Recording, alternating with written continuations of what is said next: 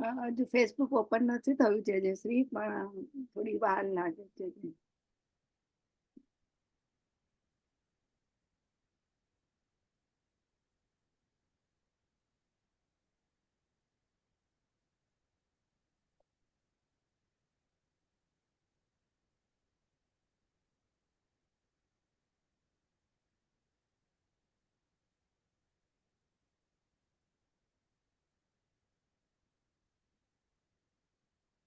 હમણાં થઈ જશે. જે હું ચાલુ કરી દઉં, આપને રાહ જોવી પડશે જયશ્રી. ફેસબુક જે તમે જે રીતે અનુકૂળ એમ. હા, જયશ્રી આપણા ચરણમાં કોટી કોટી દંડવત. પણ આ પરમ પૂજ્ય ગોસ્વામી 108 યોગેશ કુમારજી સદગુરુ શ્રી વલ્ભાચાર્યના 17મી પેઢીમાં વંશ છો. આપ શ્રી મુંબઈ વિલ્લેપાલામાં બિરાજો છો. આપ શ્રી પુષ્ટિ માર્ગને મહાપ્રભુજીના નું જ્ઞાન દરેક ઉંમરના વૈષ્ણવને આપી રહ્યા છો. વચનામત દ્વારા, પુસ્તક દ્વારા, અને હવે તો ખુલી ગયું તો બોમ્બેમાં તો બહુ બહુ મોટા મોટા બધું આપ કરી રહ્યા છો. અને અમે યુટ્યુબ દ્વારા અને ફેસબુક દ્વારા અને જોઈને અમે તો ઇન્ડિયામાં છે નહીં, પણ અહીં જોઈને અમે રાજી થઈએ છીએ. બીજું શું છે જયશ્રી. અને બસ આજનો વચરામું તો કુથાત શિવલ્લભા દી સકી જાય. હજુ ફેસબુક ખુલ્યું નથી, પણ હું પ્રયત્ન કરતી રહીશ. હા, વાંધો નહીં, વાંધો નહીં.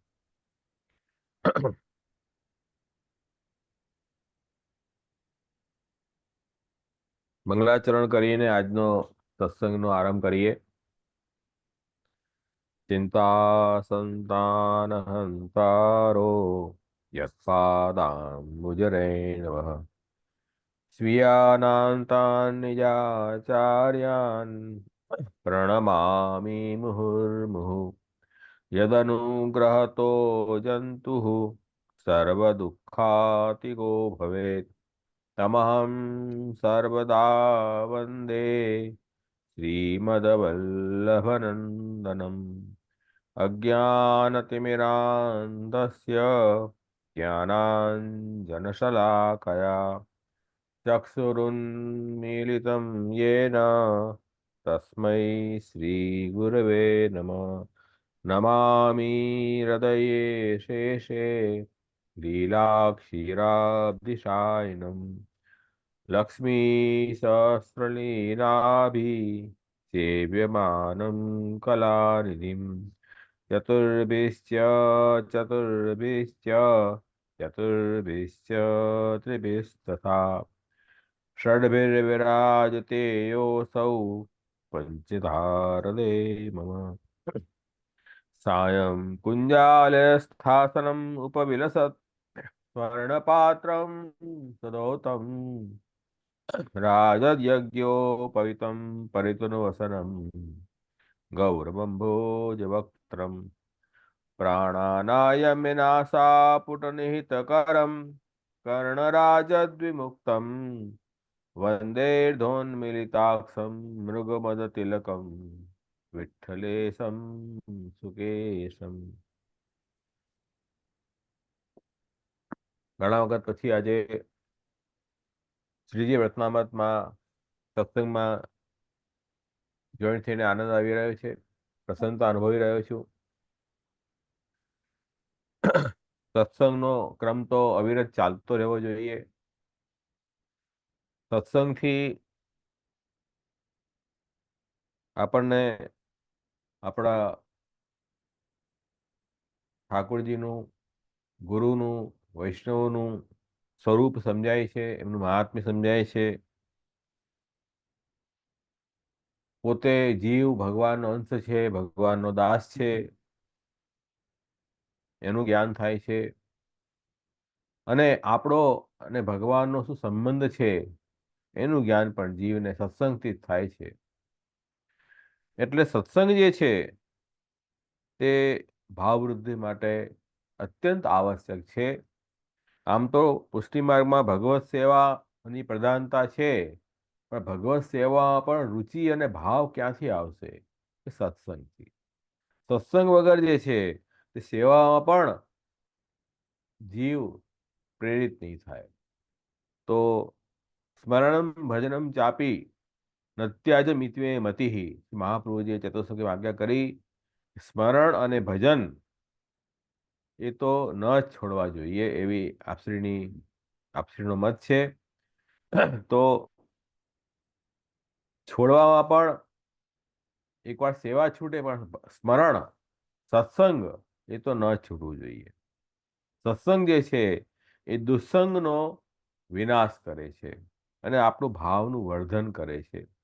આજકાલ તો હવે આ કલયુગમાં આપણે જીવી રહ્યા છીએ અને એના કારણે આસુરી સંગ વધારે છે. કેમ આપણો સંપ્રદાયમાં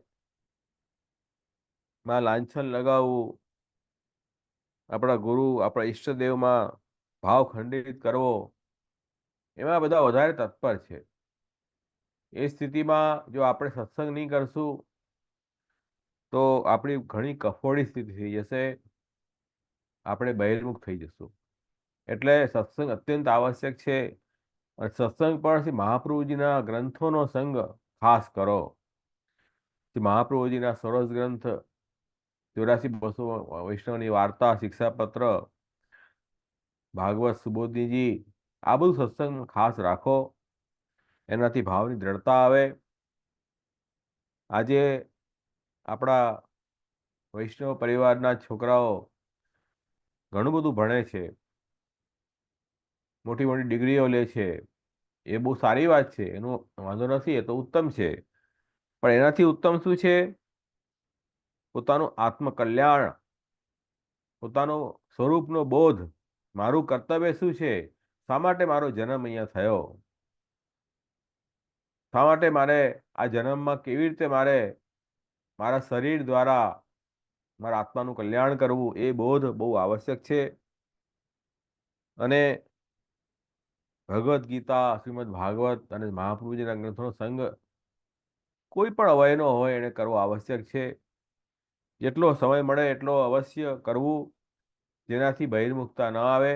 એટલું જ હું કહીશ કે બહિર્મુખતા આવવાના 4 કારણ બતાવ્યા છે: અન્યાશ્રય, અસમર્પિત ભક્ષણ, દુસ્સંગ, અસદ આલાપ.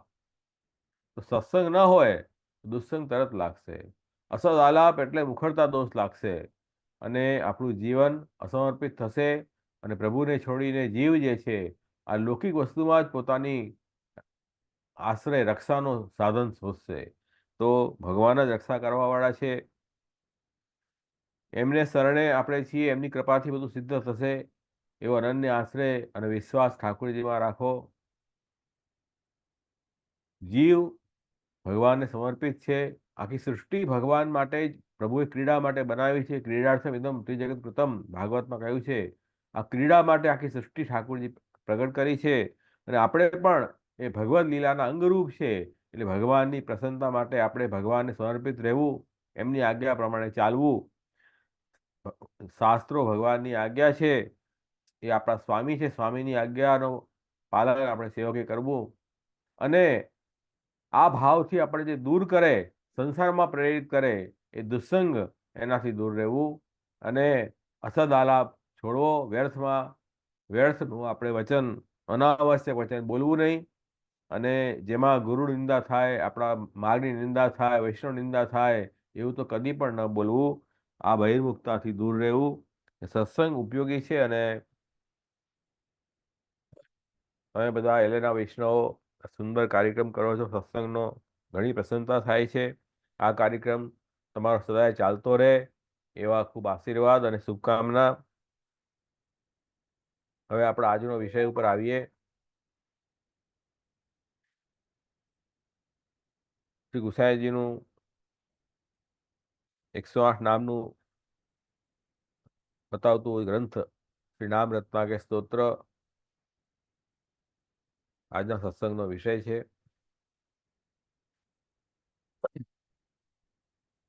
નામ સંકીર્તનની ઘણી મહિમા અને મહાત્મ્ય છે. કેમ કે જીવ જે છે તે ભગવાનને શું આપી શકે? કિમાસનમ તે ગરુડાસનમ અને લક્ષ્મી કલત્રાય કિમસ્તિ દેયમ. એટલે ભગવાન જેની પાસે ગરુડજીનો આસન છે એને આપણે સૂત મંદિર સિદ્ધ કરાવીએ. સ્વયં વાણીના પતિ છે, વાગીશ છે, એમને સૂતો આપણે સ્તુતિ કરીએ. અને કૌસ્તુભમણિ જેવા આભૂષણ છે એમને આપણે સૂતો આપી શકીએ. લક્ષ્મી કલત્રા કેવસ્તિ દેયમ, અને મહાલક્ષ્મી જેવા જેમના પત્ની છે એને આપણે શું આપી શકીએ? તો જીવ જે છે તે ભગવાનને શું આપી શકે છે? પછી મહાપ્રભુજી કહે છે, ભગવતી જીવઈ નમનમેવ કર્તવ્યમ ન અધિકમ શક્યમ ઇતિ સિદ્ધાંત. જીવ ભગવાનને નમન જ કરી શકે છે, એનાથી અધિક કાંઈ બી શક્ય નથી. આ પુષ્ટિમાં એક સિદ્ધાંત છે. એટલે ભગવત શરણાગતિ, ભગવાનને શરણે રહેવું એ જ મુખ્ય કર્તવ્ય છે. એટલે ઠાકુરજી જીવ પાસે અપેક્ષા રાખે તો વિજ્ઞપ્તિમાં શ્રી કૃષ્ણજી આજ્ઞા કરે છે કે મને એ વાત તો દુઃખ છે કે ભાઈ આપ તો પ્રભુ છો, સ્વામી છો, સમસ્ત સૃષ્ટિના સ્વામી આપ છો, અને આપ આ જીવ પાસે શું અપેક્ષા રાખી શકો? જીવની સ્વરૂપ કેટલું, આપણું સ્વરૂપ કેટલું અને આપણી કૃતિ કેટલી? આખા બ્રહ્માંડમાં આપણું અસ્તિત્વ મચ્છર જેવું પણ નથી. તો આપણે શેનો અહંકાર રાખીને શું કામ કરીએ આપણે? એટલે હરે મહાપ્રભુજી આજ્ઞા કરે છે, નહીં સાધન સંપત્ત્યા હરિસ્તુષ્યતિ કસ્યચિત ભક્તાનામ દૈન્યમેવ એકમ હરિતોષણ સાધનમ. ભગવાન શ્રી કૃષ્ણ હરિ કોઈ પણ સાધન સંપત્તિથી સંતુષ્ટ થતા નથી, કે એ તો બધું છે એમની પાસે, એમને આપણે શું આપી શકીએ?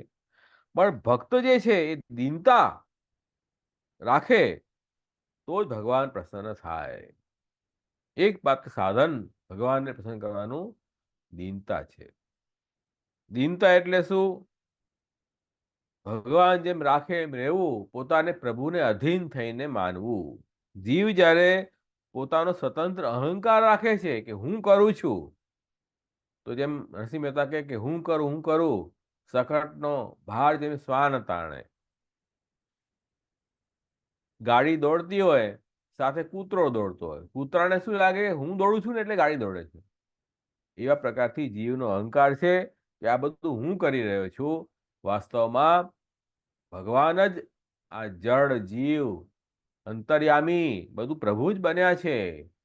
સ્વયમેવ કુર્મ આત્માનમ, ભગવાન જ આખી સૃષ્ટિ પોતે બન્યા છે. તો ભગવાન જ બધું કરી રહ્યા છે. કર્તા કારયિતા ઈશ્વર, કરનાર અને કરાવનાર બંને એ ઈશ્વર શ્રી કૃષ્ણ છે.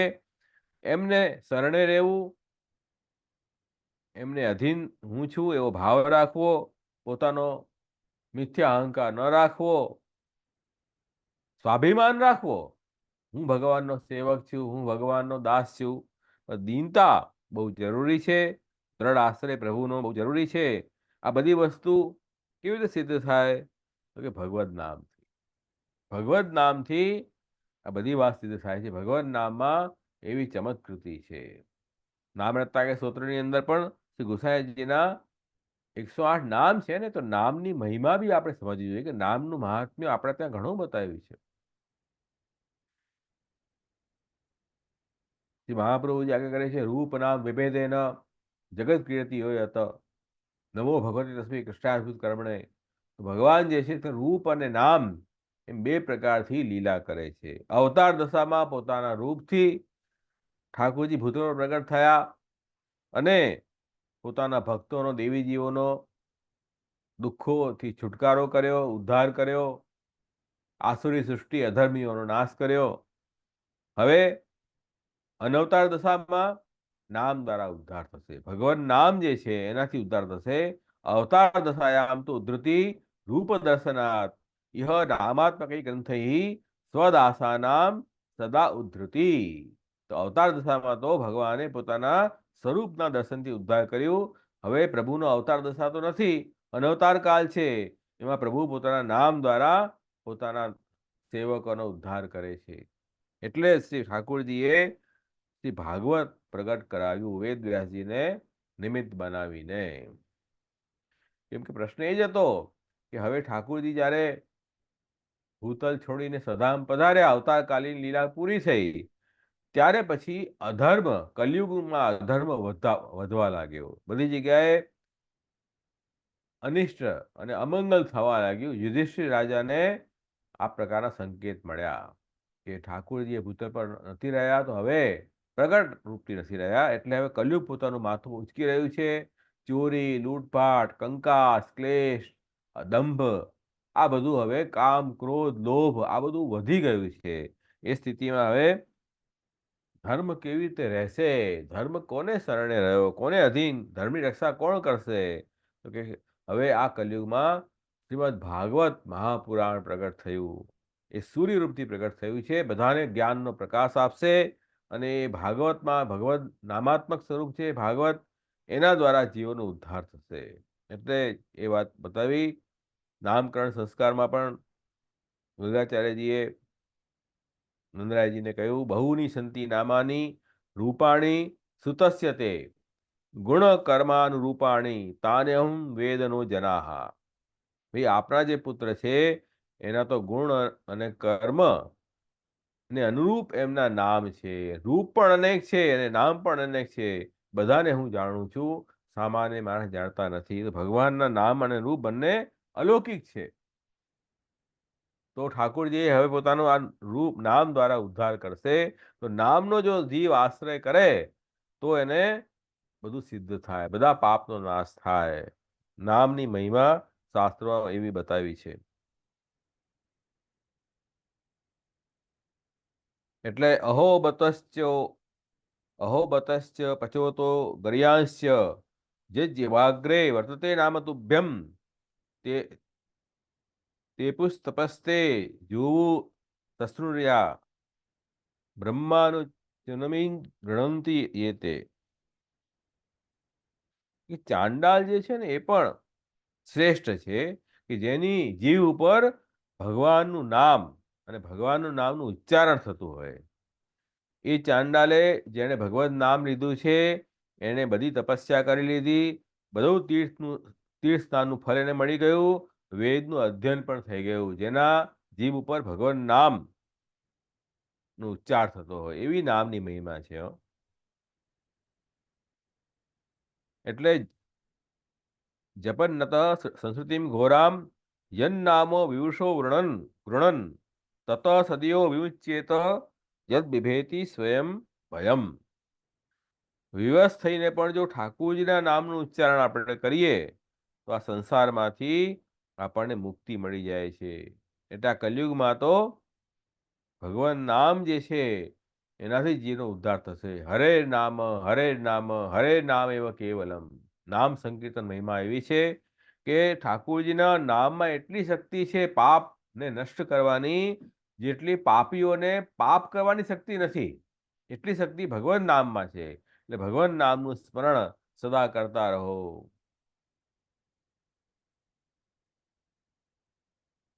એટલે એક વાત સમજો કે નામ મહિમા આપણે ત્યાં ઘણી છે, પણ હવે એક વાત સમજવાની યાદ છે કે ભગવાન નામ ઠાકોરજીના જે નામ છે ને એ નામ કેવા છે? જેવું સ્વરૂપ, જેવા ગુણ, જેવું ચરિત્ર એવા જ ભગવાનના નામ છે. લોકમાં તો નામ કઈ હોય અને આપણા ચરિત્ર કઈ અલગ હોય. બંનેનું સામંજસ્ય નથી. નામ અને ગુણ નથી. નામ હોય પણ એવા ગુણો નથી હોતા. લોકમાં એવું હોય, પણ ભગવાનના તો અનેક રૂપ છે, અનેક નામ છે, અને જેટલા જેટલા નામ છે, જેટલા રૂપ છે, રૂપ અનુસાર નામ છે, નામ અનુસાર રૂપ છે, એવું ભગવાનનું સ્વરૂપ છે. એટલે જે ઠાકોરજીએ ગોવર્ધન લીલા કરી તો ગિરિરાજ પર્વત ધારણ કર્યું, તો આપનું નામ શું થયું? ગિરિરાજ ધરણ.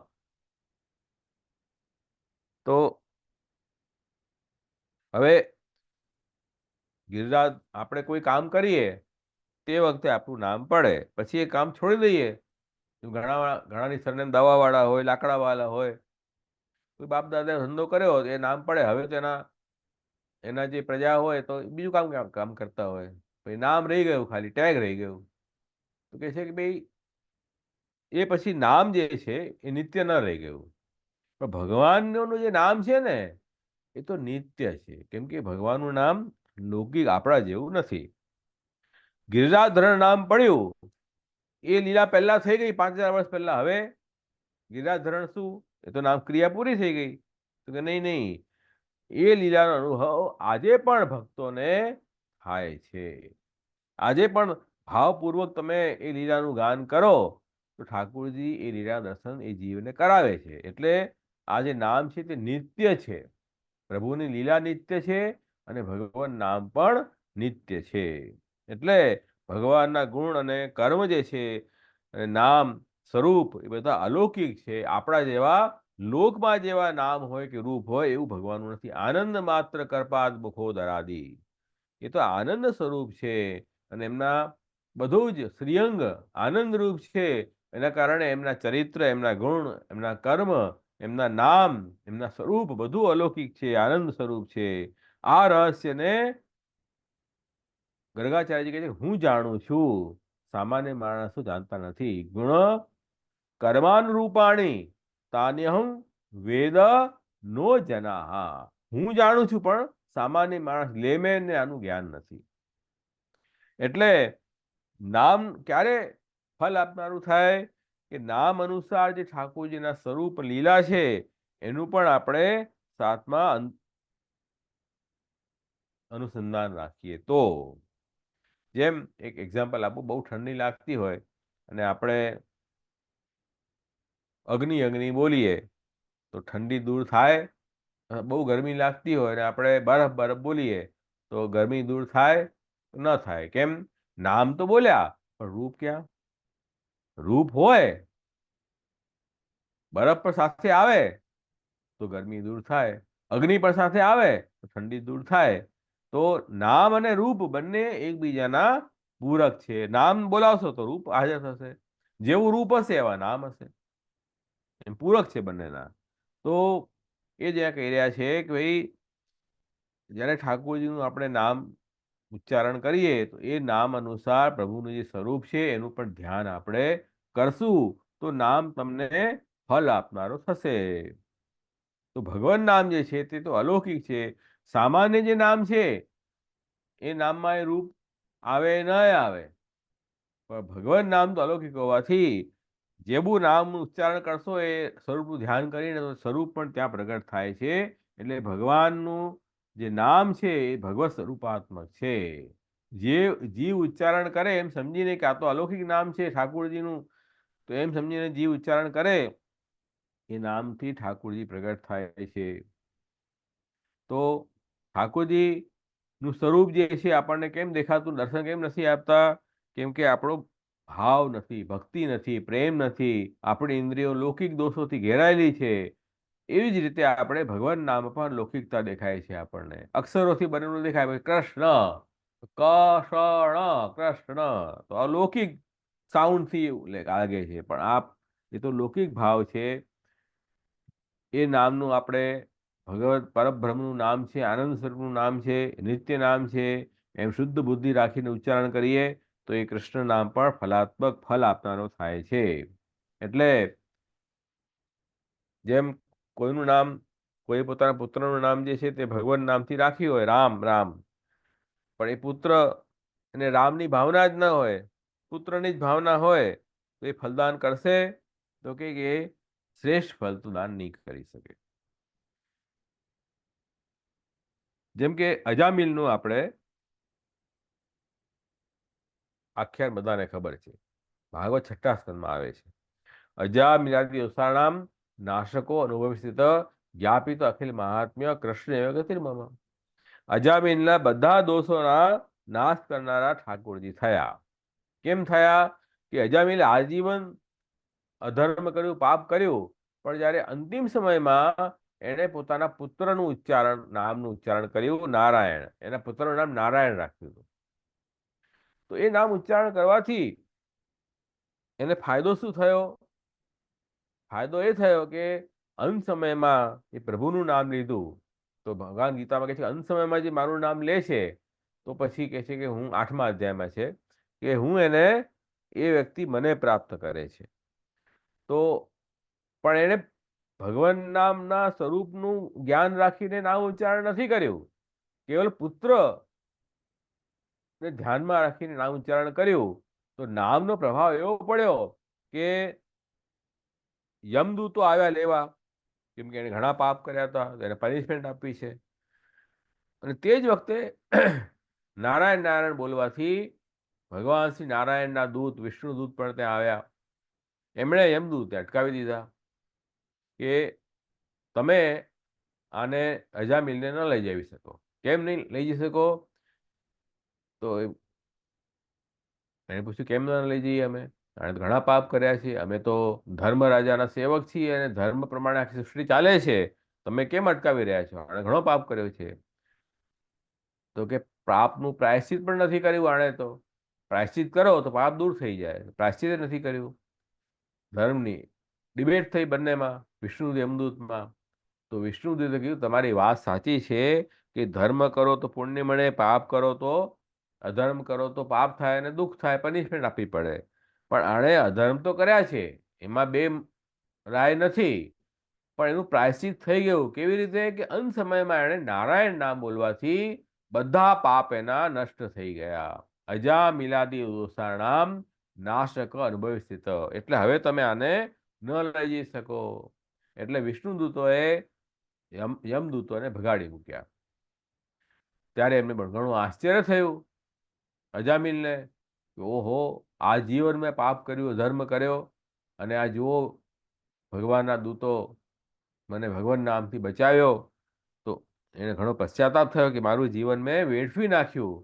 આટલું સુંદર જીવન ઠાકોરજી આપ્યું હતું એ મેં કેવલ લૌકિક ભોગમાં જ વેડફી નાખ્યું, શરીર સુખમાં વેડફી નાખ્યું. આ બહુ ભૂલ થઈ મારાથી.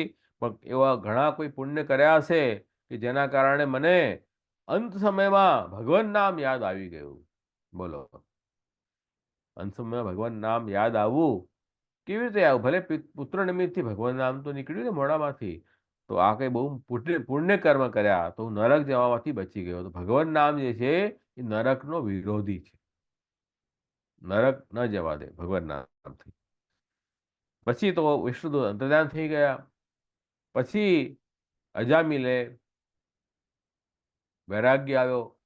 હરદ્વારમાં ભગવત મંદિરમાં જઈને ધ્યાન કરતા, રોજ ઠાકોરજીની ભક્તિ કરતા, અને પછી ભક્તિ એટલી તીવ્ર થઈ કે વિષ્ણુદૂત પછી એમને વૈકુંઠમાં એમને અંત સમયમાં લઈ ગયા અને વૈકુંઠની પ્રાપ્તિ અજામિલને થઈ. તો જો ભગવાન નામના કારણે કેટલી સરળતા થઈ ગઈ એમને. તો અહીંયા સમજવાની વાત એ છે કે આપણે ત્યાં શ્રી પુરુષોત્તમજી નામવાદમાં કહ્યું યન નામાની યથાર્થ જ્ઞાતાની એવ અપયંતી મુખ્યમ ફલમ ન તો અન્યથા તમસી કૃષ્ણમ ગૃણત ભક્ત્યા. ભગવાન નામ જે છે એ તમે ઠાકોરજીનું અલૌકિક નામ છે, અલૌકિક સ્વરૂપનું ધ્યાન કરીને અને તમે ઉચ્ચારણ કરો તો મુખ્ય ફલ આપી શકે, અન્યથા મુખ્ય ફળ ના આપી શકે. એટલા માટે ભગવાન કૃષ્ણનું નામનું ભક્તિ ભાવથી ઉચ્ચારણ કરો એમ કહી રહ્યા છે. તો અજામિલનો પાપ નાશ થયા, પણ ભક્તિ પછી પાછળથી કરી ત્યારે એમને ભગવત પ્રાપ્તિ થઈ ને. તો પાપ નાશ થઈ જાય અંત સમયમાં ભગવાન નામ લઈએ તો. એટલે ભગવાન નામ પણ તમે લોપ. આ જે હવે આ જુઓ, આજે અજામિલનું દ્રષ્ટાંત જે અહીંયા આપ્યું છે એ શેના માટે આપ્યું છે? ઠાકોરજીની મહિમા સમજાવવા માટે આપ્યું છે, ન કે પાપ કરવા માટે. ઘણા લોકો એમ વિચારે કે ભાઈ અજામિલ આટલા પાપ કર્યા તો છેલ્લે ભગવાન નામ લીધું એટલે આપણે પાપ કરતા રહો આખે જીવન. એના માટે આ દૃષ્ટાંત ઠાકોરજીનું કૃપા પ્રમેય બલ બતાવવા માટે કે ઠાકોરજીનું નામનું કેવું મહાત્મ્ય છે કે આવો અત્યંત દુષ્ટ અને પાપી જીવના પણ પાપ નષ્ટ થાય છે એવા ભગવાન નામમાં શક્તિ છે. એટલે ભગવાનના નામ લેવામાં આપણને પ્રેરણા કરે છે, એ વાત સમજાવવા માટે છે. એટલે કોઈ વસ્તુનો આપણે અર્થનો અનર્થ કરીએ એવું પણ થાય, પણ એવી રીતે આ નથી. તો શ્રી પુરુષોત્તમજી ચોખ્ખું કહ્યું કે ભગવાન નામનું ઉચ્ચારણ આપણે ઠાકોરજીનું સ્વરૂપનું જ્ઞાન સાથે લઈએ તો આપણને મુખ્ય ફળની પ્રાપ્તિ કરાય. કેમ કે જો પુત્ર નિમિત્તથી પણ નામ લીધું તો પણ એને પાપ નષ્ટ થઈ ગયા, તો આપણે ઠાકોરજીનું ધ્યાન કરીને નામ લઈએ તો 100% તમારો ઉદ્ધાર છે, એમાં શું ડાઉટ છે. એટલે આ રીતે આપણે ભગવાન નામની મહિમા તો શાસ્ત્રોમાં ઘણી બતાવી છે. તો એટલા માટે આપણે ત્યાં ઘણા બધા સ્તોત્રો એવા છે કે જેમાં ભગવત નામનું જ વર્ણન છે, જેમ વિષ્ણુ સહસ્રનામ સ્તોત્ર, ગોપાલ સહસ્રનામ સ્તોત્ર, શ્રી પુરુષોત્તમ સહસ્રનામ સ્તોત્ર, ત્રિવેદ નામાવલી, એમાં ઠાકુરજીના નામનો ઉલ્લેખ છે. એવી જ રીતે આપણે ત્યાં સર્વોત્તમ સ્તોત્ર, શ્રી મહાપ્રભુજીના 108 નામ છે. તો હવે જો એક વાત સમજો, હવે આ તો ઠાકુરજીના નામની મહિમા થઈ ને, હવે સર્વોત્તમ સ્તોત્ર તો શ્રી મહાપ્રભુજીના નામ છે. ઠાકુરજી ક્યાં? તો કે એક વાત સમજો, એક બે વાત સમજી લો ચોખ્ખી ચોખ્ખી, કે આપણે ત્યાં શાસ્ત્રોમાં કહ્યું છે કે યથા દેવે તથા ગુરુ, જેવી ભક્તિ ઠાકુરજીમાં હોય એવી ભક્તિ ગુરુમાં કરવું જોઈએ. કેમ? આચાર્ય મામ વિજાનીયાત, ભગવાને શું કીધું કે આચાર્ય સ્વરૂપથી જ હું જીવોને જ્ઞાન આપું. તો જ્ઞાન જ્યારે કોઈ અલૌકિક જ્ઞાન કોઈ આપતું હોય તો એ ઠાકોરજીનું સ્વરૂપ સમજવું. તો એ દ્રષ્ટિથી કહી રહ્યા છે કે ગુરુના પણ નામ જે છે એ ભગવાન નામ રીતે ફલદાયક છે. પુષ્ટિ માર્ગના કેસમાં શું છે કે આપણા જે આદિ ગુરુ શ્રી વલ્ભાચાર્યજી છે એ ગુરુ તો છે જ, સાથે ઈશ્વર પણ છે. બધી જગ્યાએ આવું જરૂરી નથી. ઈશ્વર ન હોય તો પણ ઈશ્વરનો ભાવ રાખવાનો હોય. આપણે ત્યાં તો સ્વયં ઈશ્વર જ શ્રી કૃષ્ણ જ કૃષ્ણ હાસ્ય રૂપથી શ્રી વલ્લભ રૂપથી પ્રગટ થયા છે. એટલે આપણે ત્યાં તો ઈશ્વર જ ગુરુ બન્યા છે. એ વિશેષતા છે. સમજ્યા ને? એટલે સર્વોત્તમ સ્તોત્ર અને શ્રી ગુસાઈજીનું આ નામ રત્નાકર સ્તોત્રમાં પણ એ ઠાકુરજીનું જ નામવત આપણને ફલદાયક થાય એમ સમજવાની વાત છે. એટલે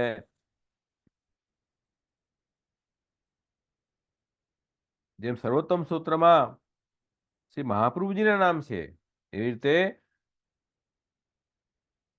નામ રત્નાકર સ્તોત્રમાં શ્રી ગુસાઈજીના 108 નામનું વર્ણન છે. એટલે આપણે ત્યાં શ્રી કૃષ્ણ અને શ્રી વલ્લભ એમાં કોઈ ભેદ નથી રાખ્યો, અભેદ રાખ્યો છે. જે ભેદ માને છે એ આસુરી છે. અને કૃષ્ણ મેઘાની વાર્તાનું ધ્યાનમાં હોય પ્રસંગ, તો એમાં એ જ થયું કે કૃષ્ણદાસ મેઘનના એક ગુરુ હતા, પછી એમને શ્રી મહાપ્રભુજીનો સંગ પ્રાપ્ત થયો, એટલે મહાપ્રભુજીના શરણે ગયા. એના પછી એમને ગુરુ ભાવ હતો પોતાના ગુરુમાં હતો, મહાપ્રભુજીમાં ઈશ્વર ભાવ હતો. એક વારે પોતાના ગુરુને ત્યાં ગયા તો ગુરુ અપ્રસન્ન હતા. કેમ? કે મને છોડીને બીજાને ગુરુ કર્યો. કૃષ્ણદાસ મેઘને કહ્યું કે ભાઈ નહીં નહીં, ગુરુ તો આપ જ છો મારા, શ્રી વલ્લભ તો ઈશ્વર છે. તો ગુરુ કૃપાથી ઈશ્વર પ્રાપ્ત થયા. એ વાત એને બેસી નહીં બરાબર ગુરુને, એમના ગુરુને. તો કૃષ્ણદાસ મેઘાને પોતાના હાથમાં અગ્નિ લીધી અને પ્રતિજ્ઞા કરી કે જો મહાપ્રભુજી ઈશ્વર ન હોય તો મારા હાથ બળી જાય. બધાની સામે બધા લોકો ઊભા હતા અને ગુરુ પણ એમના પુષ્ટિ માર્ગ થતા નહીં ગુરુ. તો હાથમાં અગ્નિ રાખી પણ હાથ બળ્યો નહીં. એટલે ગુરુ ગભરાયા કે અગ્નિ નાખી દે. એટલે મહાપ્રભુજીની ઈશ્વરતા ત્યાં સિદ્ધ થઈ. એવા તો ઘણા પ્રસંગો છે કે મહાપ્રભુજીએ સ્વયં કૃષ્ણ રૂપથી પોતાના ભક્તોને દર્શન આપ્યા છે. અગ્નિ પુરાણ વગેરેમાં પણ ઉલ્લેખ છે કે શ્રી વલ્લભ જે સાક્ષાત ઈશ્વરનું સ્વરૂપ છે. એટલે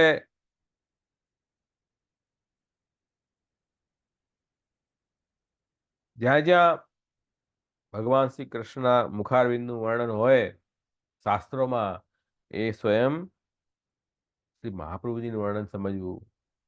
શ્રી મહાપ્રભુજી સ્વયં સુબોધજીમાં પોતાના સ્વરૂપ જ્ઞાન, પોતાનું જ્ઞાન શ્રી આચાર્યને પોતે આપ્યું છે કે હું વૈશ્વાનર છું.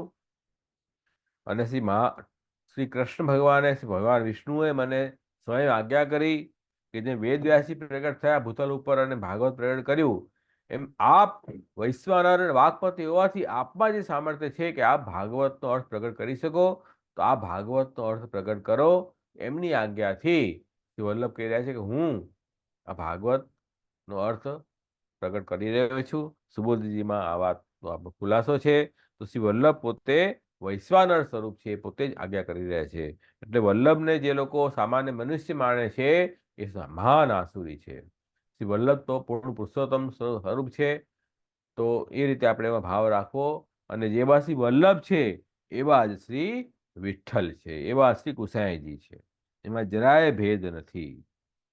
ત્યારે શ્રી ગુસાઈજીનું પ્રાગટ્યનું વર્ણન આવે છે ચરણાટમાં, કે જ્યારે ચરણાટમાં શ્રી ગુસાઈજી પ્રાગટ થયું મધ્યાહન સમયમાં, તે વખતે એક બ્રાહ્મણ શ્રી વિઠ્ઠલરાજનું સ્વરૂપ પધરાવીને આવ્યા. શ્રી મહાપ્રભુજી પાસે આવ્યા, ભગવત સ્વરૂપ આપની પાસે રાખો, મને આજ્ઞા થઈ છે ઠાકોરજીની. ત્યારે મહાપ્રભુજી કીધું કે આજે અમારે ત્યાં બે સ્વરૂપ પધાર્યા, એક સેવક બનીને પુત્રરૂપથી મારી ત્યાં પ્રગટ થયા, અને એક સેવ્ય બનીને આ ભગવત સ્વરૂપ પણ અહીંયા શ્રી વિઠ્ઠલજી પધાર્યું છે.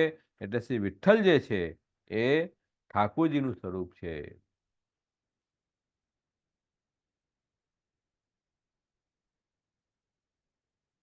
વલ્ભાખ્યાનમાં પણ આવે છે વચન નિશ્ચય શ્રીનાથે માંગ્યું, કરીશી વલ્લભજી સુવાત, અમને તો ઈચ્છા એ છે જે હું નંદન તમે તાત. એટલે ઠાકુરજીએ શ્રી વલ્લભને આજ્ઞા કરી કે અમને તો એવી ઈચ્છા છે કે હું આપના પુત્ર રૂપથી પ્રગટ થઉં. શ્રીનાથજી આજ્ઞા કરી એટલે આપ વિવાહ કરો. ગૃહસ્થ આશ્રમ ઠાકોરજીની આજ્ઞાથી મહાપ્રભુએ સ્વીકાર્યું. ઠાકોરજીને પ્રગટ થવું હતું. તો વિઠ્ઠલ શ્રી ગુસાઈજી પણ સાક્ષાત શ્રીનાથજીનું સ્વરૂપ છે. રંગે તે રમતા દીથડા શ્રી બલદેવ શ્રી ગોવિંદ, તે પુત્ર ભાવે પ્રગટ સે મન આપશે આનંદ. તો જ્યારે શ્રી મહાપ્રભુજી વ્રજ પરિક્રમા દરમિયાન વૃંદાવનમાં પધાર્યા, ત્યારે એમણે ભગવાન શ્રી કૃષ્ણ અને બલદેવજીને બાળ સ્વરૂપથી દર્શન કર્યા. તો શ્રી ગોપીનાથજી બલદેવજીનું સ્વરૂપ અને શ્રી ગુસાઈજી ઠાકોરજી કૃષ્ણનું સ્વરૂપ છે. એવા ભગવદીઓ પણ અનેક પદ ગાયા છે. શ્રી છીત સ્વામી શ્રી ગિરધર શ્રી વિઠ્ઠલ, તે કશું ન સંદેહ, બંને એક જ સ્વરૂપ છે. તો આ રીતે એમને અનુભવ પણ થયો છે છીત સ્વામી જેવા ભગવદીઓને. ઠાકુરજી, નિવૃત્તપ્રિયાજી અને શ્રી ગુસાઈજીનું એકરૂપના દર્શન એમને થયા છે. માણિકચંદજીને પણ એવા દર્શન થયા. બહોરી કૃષ્ણ શ્રી ગોકુલ પ્રગટે શ્રી વિઠ્ઠલનાથ અમારે. એ જ શ્રી કૃષ્ણ જે ગોકુલમાં પ્રગટ થયા હતા, એ શ્રી ગુસાઈજી ફરીથી પ્રગટ થયા છે. દ્વાપર વસુધા ભાર હર્યો હરી, કલિયુગ જીવ ઉદ્ધારે. દ્વાપરમાં આપ ઠાકોરજી પ્રગટ થયા, પૃથ્વીનો ભાર દૂર કર્યો. હવે કલિયુગમાં શ્રી વિઠ્ઠલ પ્રગટ થયા છે. તો આ રીતે શ્રી કૃષ્ણ અને શ્રી વિઠ્ઠલનાથ શ્રી ગુસાઈજી બંને એકરૂપ છે. તો એક આચાર્ય સ્વરૂપથી હવે પ્રગટ થયા છે. જીવોને અજ્ઞાન દૂર કરવા માટે. અજ્ઞાન તિમિરાંધસ્ય જ્ઞાનાંજન શલાકયા ચક્ષુરુન્મિલિતમેન તસ્મૈ શ્રી ગુરવે નમઃ. એવા આપણા ગુરુ છે કે આપણું અજ્ઞાન દૂર કરીને આપણને આ સંસાર સાગરથી પાર કરવા માટે આપણને અહીંયા ભૂતલ પર પધાર્યા. તો એ રીતે શ્રી ગુસાઈજીનું સ્વરૂપ એ ઠાકોરજીનું સ્વરૂપ છે એમ માનીને, એવું ધ્યાન કરીને ગુસાઈજીના સ્વરૂપનું અને આપણે નામ રત્નાક સ્તોત્રનો પાઠ કરવો જોઈએ. એ શ્રી ગુસાઈજીએ તો અનેક ચરિત્ર, આપણું બહુ દિવ્ય ચરિત્ર છે. અને જેમ જેમ નામ આવતા જશે એ નામમાં શ્રી ગુસાઈજીનું ચરિત્ર પણ આપણે જોતા જશું. કેવું અલૌકિક ચરિત્ર શ્રી ગુસાઈજીનું છે, કે આપણે કેટલા જીવોને ઉદ્ધાર કર્યો, કેટલા અલૌકિક ગ્રંથો પ્રગટ કર્યા, કેટલી આપે પરદેશ કરીને જ્યાં જ્યાં દેવી જીવો છે ત્યાં ત્યાં આપનો ઉદ્ધાર કર્યો છે. એટલે મોટા વિદ્વાનથી લઈને મૂળ મુસલમાન, પઠાણ, હરિજન, ચોર, લૂંટેરા, પારધી, મચ્છીમાર, આવા બધા વેશ્યા જેવા લોકોનો પણ ઉદ્ધાર શ્રી ગુસાઈજી કર્યો. બધાને શરણે લીધા. અને કેવળ મનુષ્ય નહીં, પણ પક્ષીઓ, જે કબૂતર, હંસ, એમને પણ શરણ લઈને ઉદ્ધાર કર્યો છે. એવા શ્રી ગુસાઈજી આપણે પરમ દયાલયમાં બોલીએ છીએ, ગુસાઈજી પરમ દયાલય નમઃ. તો એનું કારણ છે કે ખૂબ દયા પ્રગટ કરી આપણે જીવો ઉપર. શ્રીનાથજીની સેવાનો ક્રમ ખૂબ વિસ્તારથી વધાર્યો.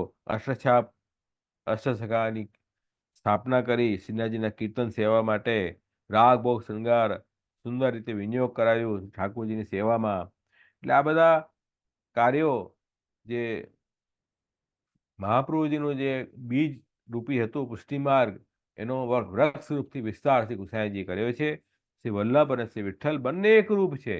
શ્રી ગિરધર, શ્રી વિઠ્ઠલ અને શ્રી વલ્લભ, શ્રી વલ્લભ, શ્રી વિઠ્ઠલ, શ્રી ગિરધર, તીનયો એક સ્વરૂપ, ત્રણેય એક સ્વરૂપ છે. અને એ જ મહાપ્રભુજી અને ગુસાઈજીનું કાર્ય અમે વલ્લભ કુલના બાળકો આગળ વધારી રહ્યા છે. નોર્મલી જેમ આપણે ત્યાં પ્રસંગ આવે છે કે દામોદર હરસાણીજી શ્રી મહાપ્રભુજીના પ્રથમ સેવક, તો ગુસાઈજીને મહાપ્રભુજીના પુત્ર તરીકે માનતા. ત્યારે મહાપ્રભુજી પૂછ્યું, ભાઈ તું ગુસાઈજીને કેવી રીતે માને છે? કે આપના પુત્ર તરીકે માનું છું. તો કે નહીં, મારા પુત્ર તરીકે નહીં, પુત્ર તો છે જ, પણ મારું જ સ્વરૂપ શ્રી ગુસાઈજીનું છે. એટલે હવે તમે જજો અને એમને દંડ પ્રણામ કરજો, એમના ચરણામૃત લેજો. એટલે ગુસાઈજી જે છે તે સાક્ષાત ઈશ્વર અને શ્રી મહાપ્રભુજીનું સ્વરૂપ છે. એમાં આપણે કોઈ ડાઉટ ન રાખવો. બીજો બી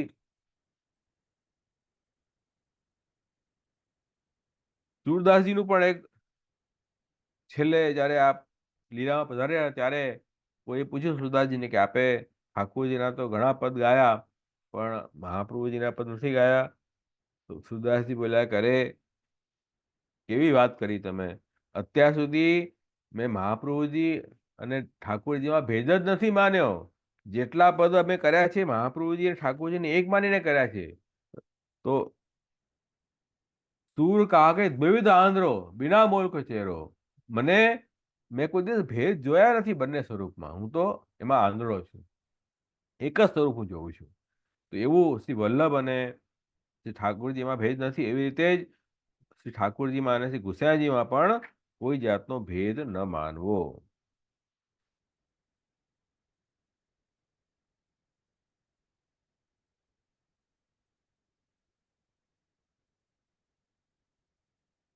તો આ બધી પૂર્વ ભૂમિકા સમજી લેવી આવશ્યક છે નામ રત્નાકરનું પાઠ કરતા પહેલા, કે ગુસાઈજીમાં પણ અલૌકિક ભાવ રાખીને અને જેમ સર્વોત્તમ સ્તોત્રનો આપણે પાઠ કરીએ નિત્ય નિયમથી, એવી રીતે આપણે શ્રી નામ રત્નાકર સ્તોત્રનો પણ અવશ્ય નિત્ય નિયમથી કરવું જોઈએ. એક પ્રસંગ આવે છે શ્રીકુંડની બેઠકનો. મધુસૂદન દાસજી કામનમાં જે શ્રીકુંડની બેઠક છે ત્યાં એ ગુસાઈજીના સેવક હતા. એ 6 મહિના ત્યાં શ્રીકુંડમાં રહ્યા. એમનો મનોરથ શું હતો કે અહીંયા રહીને શ્રી મહાપ્રભુજીની સેવા કરતા સર્વોત્તમ સ્તોત્રનો પાઠ કરું, એટલે મહાપ્રભુજી કૃપા કરી મને સાક્ષાત દર્શન આપે. 6 મહિના સુધી એમણે ત્યાં સેવા અને પાઠ કર્યો. એટલામાં શ્રી ગુસાઈજી ત્યાં પધાર્યા 6 મહિના પછી. તો ગુસાઈજી આજ્ઞા કરી કે મધુસૂદન દાસજી, પ્રભુના દર્શન મને થાય ને થાય જ એમ હઠ કરીને આપણે પાઠ ન કરવા, ઠાકોરજીને એવો પરિશ્રમ ન આપવો. એમને ઈચ્છા હશે દર્શન કરાવશે, ન હશે નહીં કરાવશે. આપણું કર્તવ્ય પ્રભુના ગુણગાન ગાઓ એમ ગાઓ, એવો ભાવ ન રાખો કે ભાઈ હું આ પાઠ કરું તો મને દર્શન થાય, એવો ઠાકોરજીને પરિશ્રમ ન કરાવવો. પણ મધુસૂદન દાસજી મૌન રાખ્યું, કંઈ બોલ્યા નહીં. એમનું પોતાનું જે ક્રમ હતો પાઠ કરવાનો ચાલુ રાખ્યો. અંતમાં મહાપ્રભુજી પ્રગટ થયા અને મધુસૂદન દાસજીને કહ્યું કે ભાઈ તમારા દર્શનમાં તમને મેં દર્શન આપવામાં ઘણો વિલંબ કર્યો. કેમ કર્યો? કે તમે પાઠ તો ખૂબ કર્યા, મારા સ્વરૂપ સમજ્યા નહીં. કે તમે 6 મહિના પાઠ કર્યા, 6 મહિના પછી તરતથી ગુસાઈજી પધાર્યા હતા અહીંયા દર્શન આપવા માટે. તો તમે એમના દર્શન કર્યા, પણ એને મારું સ્વરૂપ ન સમજ્યા. શ્રી ગુસાઈજી પધાર્યા એટલે હું જ આવ્યો. તમે બે સ્વરૂપ ભિન્ન કેમ માની રહ્યા છો? એટલે તમને મારા સ્વરૂપ દર્શન ઓર વિલંબથી થયા. તો ગુસાઈજીના દર્શન કર્યા ત્યારે તમે એવો અનુભવ ન કર્યો કે મેં મહાપ્રભુના દર્શન કરી લીધા, એટલા માટે તમને દર્શન આપવામાં વિલંબ કર્યો છે. એટલે ગુસાઈજીના સ્વરૂપમાં એવો વિશ્વાસ રાખો કે આ મારું જ સ્વરૂપ છે, એમ શ્રી વલ્લભે આજ્ઞા કરી. એટલા માટે આપણે શ્રી ગિરધર, શ્રી વલ્લભ, શ્રી વિઠ્ઠલ એ ત્રણેય સ્વરૂપમાં આપણે ભેદ ન માનવો. અને જેવા શ્રી મહાપ્રભુજી ગુસાઈજી એવા શ્રી ગુસાઈજીના 7 લાલજી છે. વિહરત સાતો રૂપ ધરે શ્રી વિઠ્ઠલ. 7 રૂપ ધારણ કરીને શ્રી ગુસાઈજી પોતાના 7 બાળકોમાં વિહાર કરી રહ્યા છે. સ્વાનુરૂપ સુત પ્રસુ, જેવું શ્રી ગુસાઈજીનું સ્વરૂપ છે એવા જ આપના પુત્રોનું સ્વરૂપ છે, એમાં ભેદ નથી. ભૂઈ ભક્તિ પ્રચારિક કૃતે સ્વાન કૃપિતા સ્વમસે સ્થાપિતા અશેષ મહાત્મ્ય.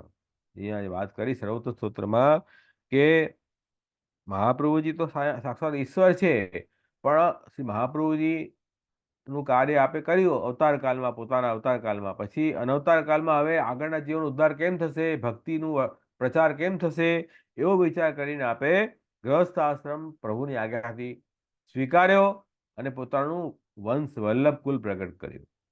તો વલ્લભ કુલની અંદર આપે પોતાનો અશેષ મહાત્મ્યની સ્થાપના કરી. એટલે હવે એ વાત આપણે એમ સમજવાની છે કે જેમ વિશેષ કાર્ય કરાવવું હોય ઠાકોરજીને તો પોતાનો સ્વરૂપ એમાં પ્રગટ કરાવીને એ કાર્ય કરાવે છે. જેમ પૃથ્વીરાજાની વાર્તા આવે છે ભાગવતમાં. પૃથ્વીરાજા જીવ હતા, પણ ઠાકુરજીને જ્યારે અસાધારણ કાર્ય કરાવવાની ઈચ્છા થઈ એમની પાસેથી, ત્યારે પ્રભુનો આવેશ પૃથ્વીરાજામાં આવ્યો, એ આવેશ અવતાર જેવું. ત્યારે એ કાર્ય ઠાકોરજી કરાવ્યું અને પછી જ્યારે કાર્ય થઈ ગયું તો ઠાકોરજી પાછા પધારી ગયા, તો એ પાછા જીવ થઈ ગયા. એવી રીતે જ્યારે બ્રહ્મ સંબંધ આપીએ છીએ અમે પુષ્ટિમાર્ગી જીવોને, તે મહાપ્રભુજીનું સ્મરણ કરીને એમની સાક્ષી રાખીને એમના વતી અમે મહાપ્રભુજીની વતી અમે વૈષ્ણવોને બ્રહ્મ સંબંધ આપીએ છીએ. તે વખતે મહાપ્રભુનું સ્વરૂપ ત્યાં પ્રગટ થાય છે. એ અર્થમાં મહાપ્રભુજીનું એ સામર્થ્ય છે, પ્રમેય બલ છે કે અમારા દ્વારા શ્રી વલ્લભ પ્રગટ થઈને અને એમને પ્રભુ સન્મુખ કરાવે છે. અમે બી કઈ ઈશ્વર નથી, અમે બી જીવ છીએ, પણ શ્રી વલ્લભનું એ સામર્થ્ય છે કે અમારા દ્વારા એ કાર્ય આપનું કરાવી રહ્યા છે. એટલે એ ભાવથી વૈષ્ણવો વલ્લભકુલમાં પણ વલ્લભનો ભાવ રાખીને સન્મુખ થાય છે. અને એ થવું જોઈએ. ગુરુમાં તો ઈશ્વરની ભક્તિનો ભાવ રાખવો જોઈએ, તો જ ગુરુ ભક્તિ સિદ્ધ થાય. આચાર્ય મા બીજાની હાથ, આચાર્ય ભગવાનનું સ્વરૂપ છે, પણ દરેકની મર્યાદા છે. ઠાકોરજી સાથે જે વ્યવહાર થાય એવું ગુરુ સાથે ન થાય, અને ગુરુ સાથે જે વ્યવહાર થાય એવો વૈષ્ણવ સાથે ન થાય. આમ તો હરિગુરુ વૈષ્ણવ ત્રણેયમાં સમાન સ્વરૂપ છે, પણ જેવો વ્યવહાર જેનાથી થતો હોય એવો જ વ્યવહાર થાય, એ વિવેક આપણે અવશ્ય રાખવો જોઈએ. એટલે આવા સમજવાની વાત છે. તો આ બધી ઝીણી ઝીણી વાતો છે, આપણે સમજવી જોઈએ. હવે નામ રત્નાકર સ્તોત્રમાં શ્રી ગુસાઈજીને 108 નામ નું નિરૂપણ છે. એ ગ્રંથની રચના કોણે કરી? કે શ્રી ગુસાઈજીના 5મા લાલજી શ્રી રઘુનાથજીએ. ગુસાઈજીના 7 લાલજીમાં ગુસાઈજીનું ધર્મી સ્વરૂપ શ્રી ગિરધરજીમાં પ્રગટ છે. પછી ઐશ્વર્ય, વીર્ય, યશસ્વી, શ્રી, જ્ઞાન અને વૈરાગ્ય, આ 6 ગુણો એક એક આપના પુત્રોમાં પ્રગટ છે. ઐશ્વર્ય ગુણ શ્રી ગોવિંદરાયજીમાં, વીર્ય ગુણ શ્રી બાલકૃષ્ણજીમાં, યશ ગુણ શ્રી ગોકુલનાથજીમાં, શ્રી ગુણ શ્રી રઘુનાથજીમાં, જ્ઞાન ગુણ શ્રી યદુનાથજીમાં, અને વૈરાગ્ય ગુણ શ્રી ઘનશ્યામજીમાં. એક એક ગુણ ત્યાં પ્રગટ છે, બાકી ગુણ અપ્રગટ છે. એટલે જે લીલા પ્રગટ કરી એ ગુણ પ્રગટ થયું એમ, બાકી ગુસાઈજીનું સ્વરૂપ એ છે. તો આપનું શ્રી સ્વરૂપ છે શોભા, કે એમનું જે સ્વરૂપ જે છે એવું સુંદર હતું કે બધા એમને રામચંદ્ર નામથી બોલાવતા. રઘુનાથજીને રામચંદ્રજી. એકવાર રામ ભક્ત તુલસીદાસજી ગોકુલ પધાર્યા એટલે ગુસાઈજીની આજ્ઞાથી રઘુનાથજીએ અને એમના વહુજી જાનકીજીએ તુલસીદાસજીને સીતારામ સ્વરૂપથી દર્શન આપ્યા. સાક્ષાત રામચંદ્ર સ્વરૂપના દર્શન આપ્યા. તો એવું અલૌકિક એમનું શોભા પ્રગટ કરી છે રઘુનાથજીએ, એ શ્રી ગુણ ત્યાં પ્રગટ થયું. અને પછી તુલસીદાસજીએ કીર્તન ગાયું, વર્ણો અવધ શ્રી ગોકુલ ગામ. તો એ શ્રી રઘુનાથજીના સેવે સ્વરૂપ શ્રી ગોકુલચંદ્રમાજી, એ આપનું સાક્ષાત ગુસાઈજીનું સ્વરૂપ છે. અને એમને આ ગ્રંથની રચના કરી છે. ગ્રંથની રચના પણ બહુ અલૌકિક રીતે થઈ. એનો આખો પ્રસંગ છે કે શ્રી રઘુનાથજી જ્યારે બાલ્યાવસ્થામાં હતા ત્યારે એકવાર શ્રી ગુસાઈજી શ્રીનાથજીનો શૃંગાર કરી રહ્યા હતા. હવે શૃંગારની જે પેટી હતી તે સૈયા મંદિરમાં બિરાજેલી હતી. તો ગુસાઈજી આજ્ઞા કરી કે મંજુષામ આનય, મંજુષા એટલે પેટી, આને એટલે આવો. રઘુનાથજી તો બહુ નાના હતા, એમને સંસ્કૃત એ આજ્ઞા સમજવી પડી બરાબર. શું આજ્ઞા કરી? પણ મારા પિતૃચરણે કે આજ્ઞા કરી એ આજ્ઞાનું પાલન મારે કરવું છે એવો ઉત્સાહથી દોડીને અંદર સયા મંદિરમાં પધાર્યા. કેટલો એવો ઉત્સાહ આપણને હોવો જોઈએ કે મારા ગુરુની આજ્ઞા છે, હું તરત એને પાલન કરું. અંદર જઈ શું કરવું કઈ સમજ ન પડી. એટલે હવે ખાલી હાથ હું આવું પાછો બહાર, મારી મસ્કરી થશે, તો ગભરાઈ ગયા અને રડવા લાગ્યા. એમને દીનતા આવી અને વિરહ થયો કરે મારા પિતૃચરણ, મારા ગુરુએ મને આજ્ઞા કરી અને હું આજ્ઞાનું પાલન ન કરી શકું, એમ રડવા લાગ્યા. એમની દીનતા અને વિરહ જોઈને શ્રીનાથજી સહન ન કરી શક્યા. શ્રીનાથજી ત્યાં પધાર્યા અલૌકિક સ્વરૂપથી, રઘુનાથજીને આશ્વાસન આપ્યું કે તમે આ શૃંગારની પેટી જે છે તે બહાર લઈ જાઓ, અને એમના મસ્તક ઉપર આશીર્વાદ હાથ ધર્યો. એમનાથી તરત જ એમના મુખમાંથી નામ રત્નાકર સ્તોત્ર પ્રગટ થયું, અને હાથમાં પેટી લઈને એ સ્તોત્રનું ગાન કરતા કરતા શ્રી ગુસાઈજી પાસે પધાર્યા.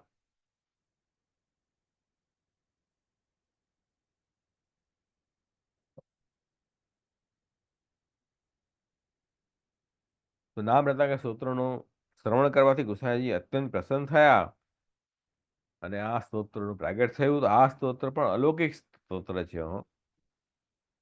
જેમ ધ્રુવજીનું ચરિત્ર આવે છે ભાગવતમાં, કે ધ્રુવજીની સન્મુખ જ્યારે ઠાકોરજી પ્રગટ થયા ત્યારે ધ્રુવજી સ્તુતિ ન કરી શક્યા, ત્યારે ઠાકોરજીએ શંખનો સ્પર્શ એમના ગાલમાં કરાવ્યો.